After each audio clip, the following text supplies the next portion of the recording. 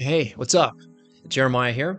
I set up a poll on the Tree First Instagram a couple weeks ago about some different ideas of what subject to either write about or make a video about next. Decay and disease and stress are very complex subjects when it comes to trees.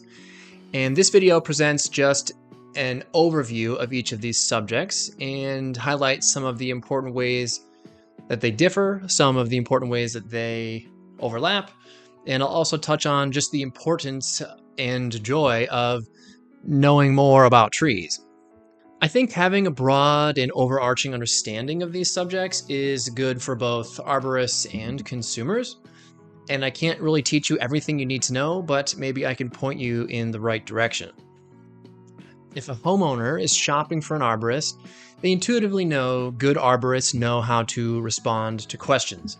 They know when to say they don't know, and they know where the boundaries are of what is knowable and what is not. And they also know how to articulate important things that they see in the tree. By working on improving your science communication skills, you can better defend the rights of nature. And that's something arborists need to be at the forefront of, considering we have such a direct relationship with nature. We work with it every day. And chief to taking care of trees is to better understand them. Good arboriculture practice can improve our environments and our communities, and similarly, bad practice can actively make things worse.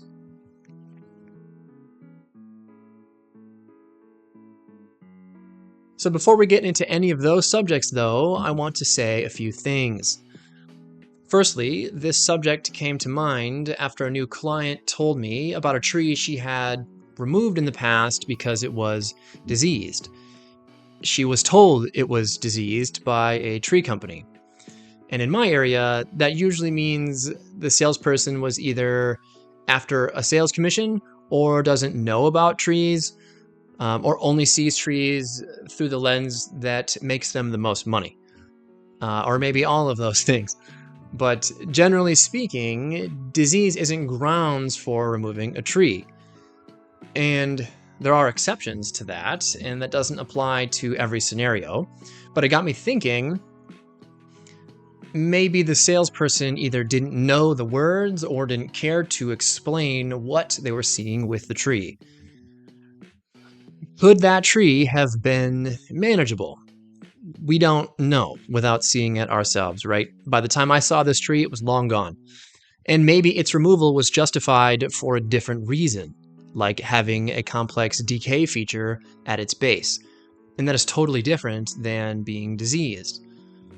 And perhaps if that salesperson knew how to explain and interpret what they were seeing, I wouldn't be here implying they were out here just killing people's trees for profit.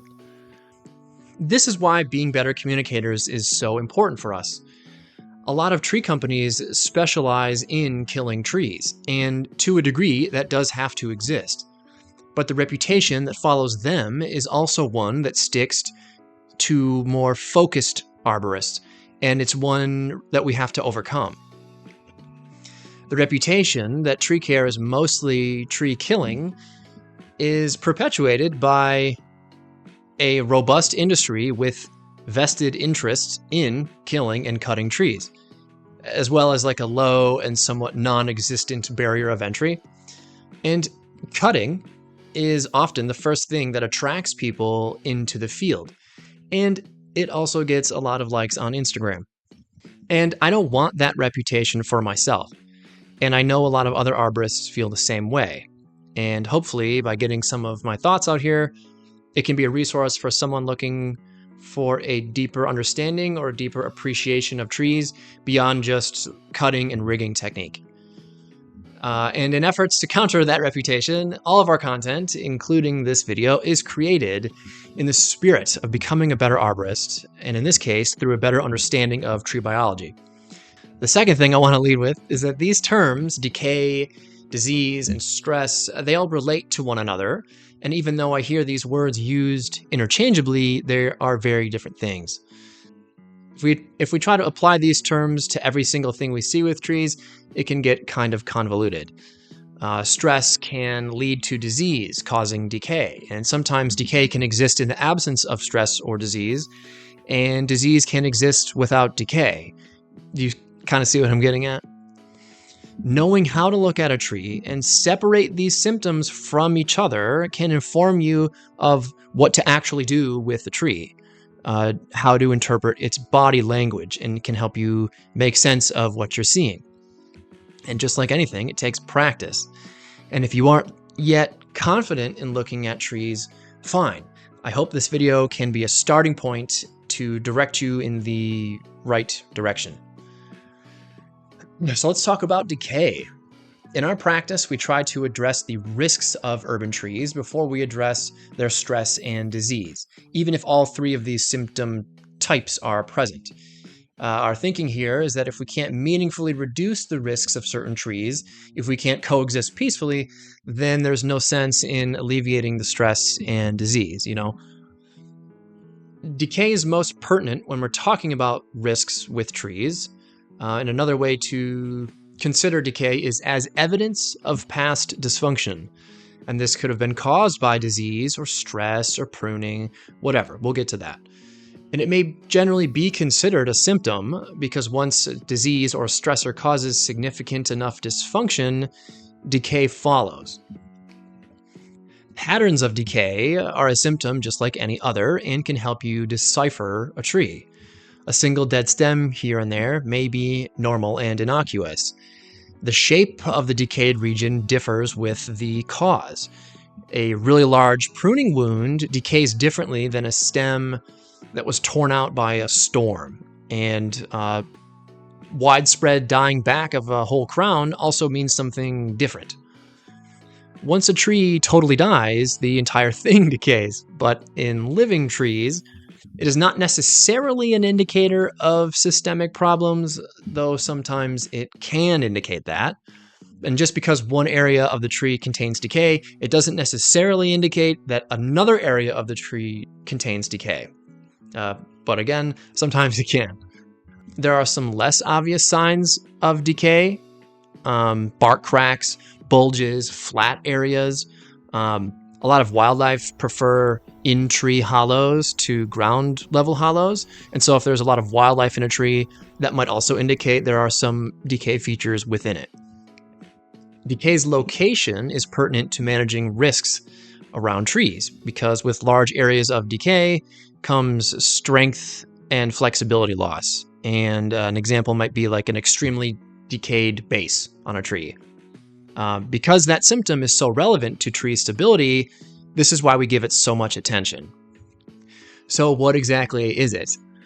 Decay is kind of synonymous with rot, and it is the degradation of wood cells. And there are types of decay based on where it occurs in the tree and which part of the cell is being degraded first.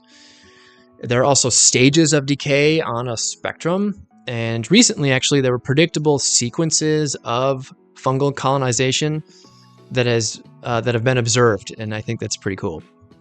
Like you'd see this fungus, then this fungus, and then this fungus, and then you kind of know where that wood is in that spectrum of decay. But this isn't the place to learn all the fine details about that. But decay can be caused by a lot of different things. Fungi, UV degradation, invertebrates, but is most often initiated by air embolizing vascular tissue. In other words, the presence of freely available oxygen inside of wood initiates decay. Sometimes that air entry initiates growth of endophytic fungi already lying dormant within the tree. Other times, that air entry provides a good environment for a lucky airborne fungal spore to land on and germinate. And other times this can be from pruning, natural wounding, sun scald, certain cankers, or just like natural cellular degradation due to age. You might call it dead wood because it sort of is. Dead wood or decay isn't inherently contagious. A dead wood is a symptom most of the time and isn't causal to itself. A tree doesn't simply die because there are dead branches on it. There are some fine details and exceptions to that, but for the most part, that's the case. Decay is a very normal process, and it is crucial to every ecosystem on the planet, and its presence isn't necessarily cause for immediate condemnation of a tree. Every tree has decay in it somewhere, but the decay features are often used to justify tree removal pretty often. Due to approaches like that, decay habitats are an ever-shrinking habitat type in the urban setting. And wood decay especially matters when pruning. When managing a stem with a major decay feature in it, reduction is often preferred to removal, especially on trees that can't compartmentalize very well or old trees where the growth rate has slowed. Reduction keeps the wounds smaller and reduces the leverage on that feature. We don't remove the stem because pruning allows a new decay feature to form, no matter how big or small it is. Reducing limbs further away from major stems keeps the decay further away from them, further away from the more structurally important stems, and so you got to keep practicing getting your redirects. Where decay is matters. Sure, you can properly make this huge diameter cut, but should you? What will the consequences of that be in 20 or 30 years? A significantly decayed base might be a justifiable reason to remove a tree or reduce a stem. And sometimes, though, I think folks looking at trees will simply say it's diseased when they don't quite have the words to describe what is actually going on. And not knowing isn't a bad thing, but pretending you do is. So, what actually is a tree disease then? If decay in a living tree is often a localized issue, disease can be both localized and systemic, affecting the entire plant. And diseases impact tree vitality. And just like there is a scale of decay severity, there is also a scale of disease severity. Usually, disease agents are biotic, like fungi, bacteria, and nematodes, that cause dysfunction beyond what is normal. On one end of that spectrum, you have cosmetic diseases like tar spot on maple. This is a fungal infection that occurs during leaf development that doesn't cause any meaningful change in the overall tree's health for like 99% of the cases. At the other end of that spectrum, though, you have another fungal infection, oak wilt.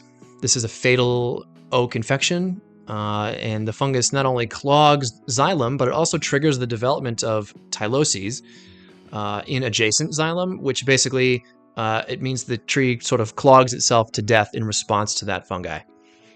Diseases can be host-specific and non-specific, meaning they can sometimes affect only a certain type of tree, and other times they can infect all kinds of trees. And often, diseases get help from insect friends who serve as the vector in transporting and spreading these diseases. Think like elm bark beetle assisting the spread of Dutch elm disease back in the United States in the 40s and 50s. The diseases themselves do various things to trees. Some will clog xylem as they proliferate through the tree, like oak wilt. Some will cause damage to fruit and ruin crops, like apple scab. And some will cause needle deformation and needle loss, like needle cast in spruce. And diseases can be difficult to identify because sometimes you see more than one at the same time.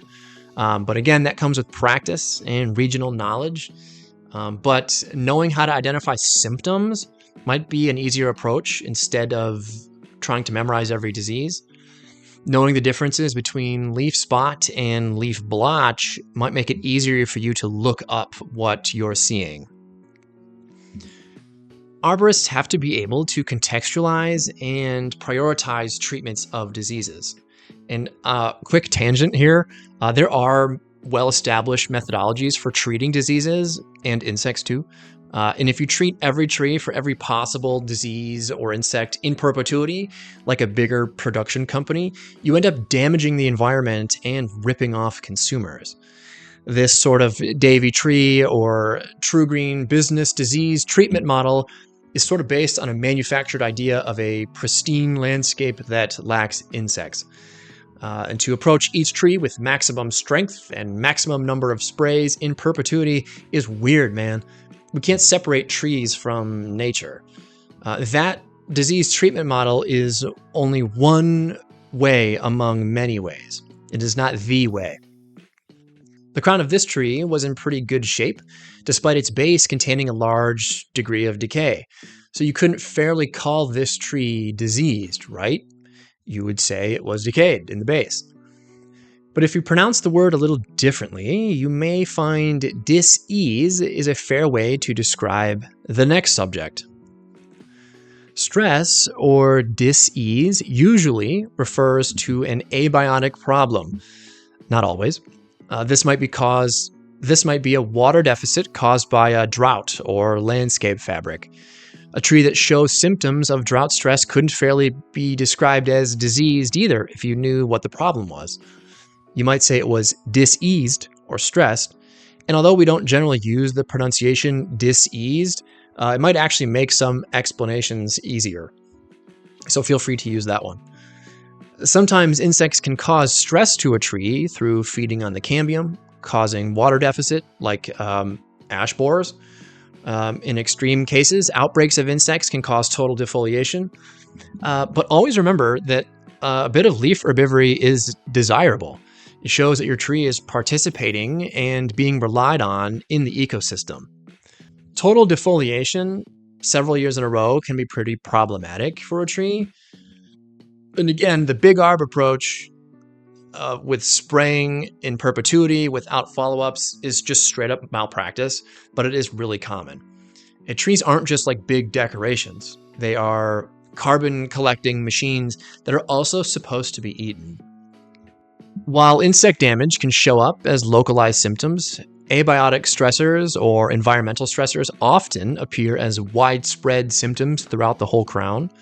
Slowing of twig elongation, dying back of certain areas of the crown, stunting of leaves, reduction of ring diameter. All of these are evidence to something potentially stressing the tree out. A good way to look at this is to also step back from the tree and zoom out and check out the immediate surroundings. Is there any evidence of major digging? Are any nearby trees recently removed? Was the tree recently pruned? And in the absence of evidence, just ask the client.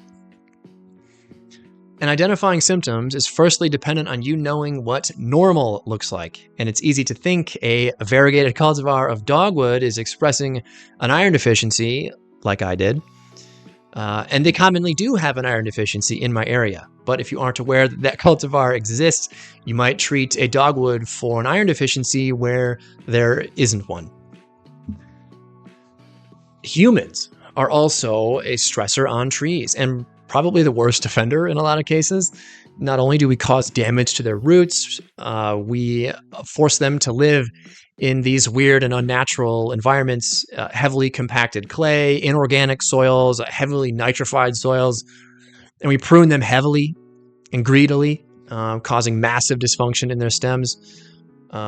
We are both a direct and indirect stressor to trees. And in the truest sense, human arborists are supposed to be enabling the peaceful coexistence between trees and humans. And, largely it is a peaceful alliance, even without us. People often wrongly think that we're saving their tree when we're just removing some dead stems from their tree. And let's not kid ourselves, that doesn't save trees. Saving trees means we're reducing stress that they experience, making it an easier time for them to grow. To relieve their dis-ease and not add to it. So now that you have a taste of each of those subjects, here's how you might apply that knowledge. You're called to a site to check out a tree with a lot of dead wood on one side of the crown. And after checking out the site and talking with the client, you learn that the soil is really compact and that there was a new patio installed super close to the base of the tree. And as a result of that untreated stressor, the compacted soil, and the stress of the root damage, you're seeing a lot of dying back of the crown. And this doesn't qualify as diseased, right? You may say that it is stressed from a challenging growing environment and from the root damage. So removing the dead stems should happen first to address the immediate risks, but then easing of the stress ought to begin. Perhaps you would go with like a vertical mulching or an aeration of that whole area. Whatever it is, it's informed by your observations, and that's when you start doing arboriculture. And are you going to always have to explain your observations to the client? No, not always, but you have to be able to. And sometimes, yeah, a person just wants a tree pruned away from their roof and they don't want to talk about anything else. They have no interest in their tree, and it's important to recognize that.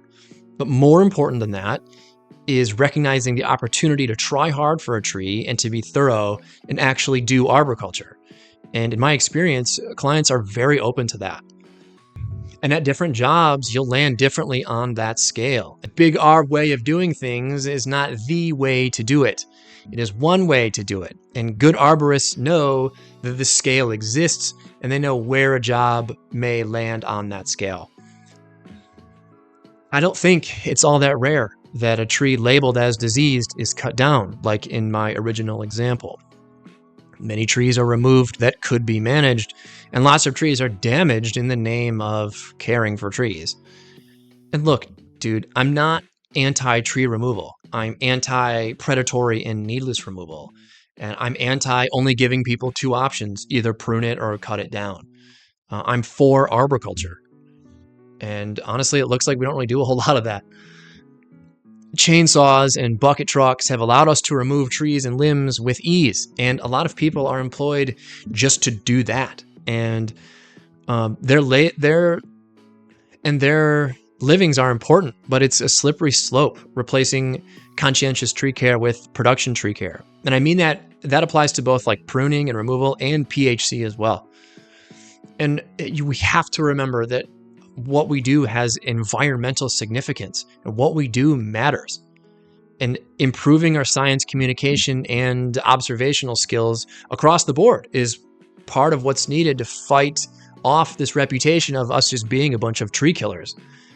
And the whole argument of, if I don't do it, somebody else will, is fucking childish, and it's a lazy approach.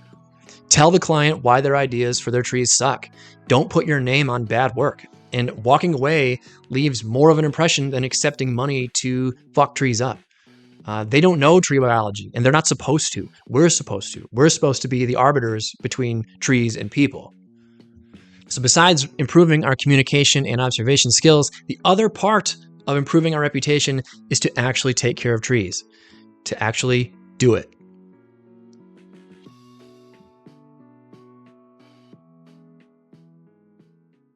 I hope I've made the differences between decay and disease and stress a bit more clear.